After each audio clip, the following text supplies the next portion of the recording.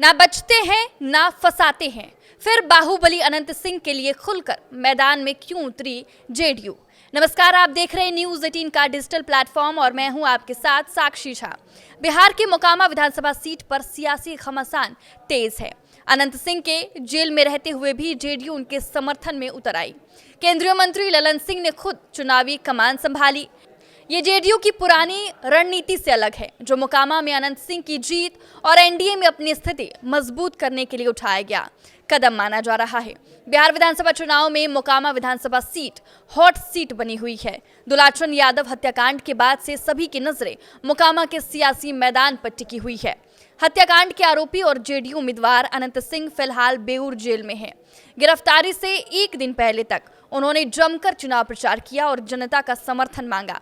उनके जेल जाने के बाद जेडीयू के कद्दावर नेता और केंद्रीय मंत्री ललन सिंह ने अनंत सिंह के लिए चुनावी कैंपेन की कमान संभाली। मोकामा में ललन सिंह की मौजूदगी ने कई सवाल भी खड़े किए हैं। सवाल ये उठ रहे हैं कि आखिर जेडीयू ने ऐसा क्यों किया और इसके पीछे उसकी क्या मजबूरी रही। जेडीयू के अलावा बीजेपी की ओर से डिप्टी सीएम सम्राट चौधरी भी अनंत सिंह के लिए चुनाव प्रचार करते हुए नजर आए। ललन सिंह और सम्राट चौधरी एक ही जीप में सवार होकर मोकामा की जनता के बीच पहुंचे थे और अनंत सिंह के लिए वोट मांगा। ललन सिंह ने अनंत सिंह को फंसाने का आरोप भी लगाया। बिहार की सियासत को करीब से देखें तो अब तक जेडीयू ऐसे संगीन मामलों में किसी के सीधे समर्थन में आने से बचती रही है, पर मोकामा में अलग ही तस्वीर दिख रही है। मोकामा में अनंत सिंह के समर्थन में जो नजारा देखने को मिला, उसे भी सियासतदानों की सोची समझी रणनीति मानी जा रही है। इसके लिए कहीं ना कहीं ललन सिंह और अनंत सिंह के बीच जो संबंध रहे हैं, उसकी भी झलक साफ दिख रही है।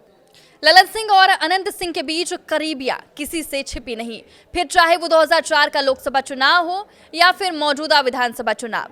कहा जा रहा है कि इस बार जेडीयू किसी भी तरह से कोई समझौता नहीं करना चाहती है। उसकी पूरी कोशिश है कि ज्यादा से ज्यादा सीटों पर उनके उम्मीदवार जीत हासिल करें।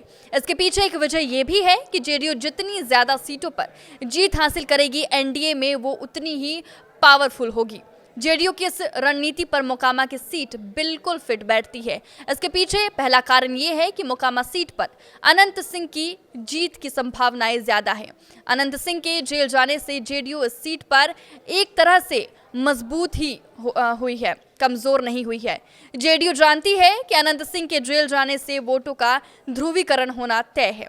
अगर ऐसा होता है तो फिर इसका लाभ जेडीयू यानी अनंत सिंह को मिल सकता है और सीट झोली में भी आ सकती है। ऐसे में जेडीयू आखिरी वक्त में चूकना नहीं चाहती। जेडीयू अनंत सिंह को अगर अकेला छोड़ती है तो उसका सीधा असर नवादा, बेगूसराय, मुंगेर और पटना के करीब 1 दर्जन सीटों पर पड़ सकता है।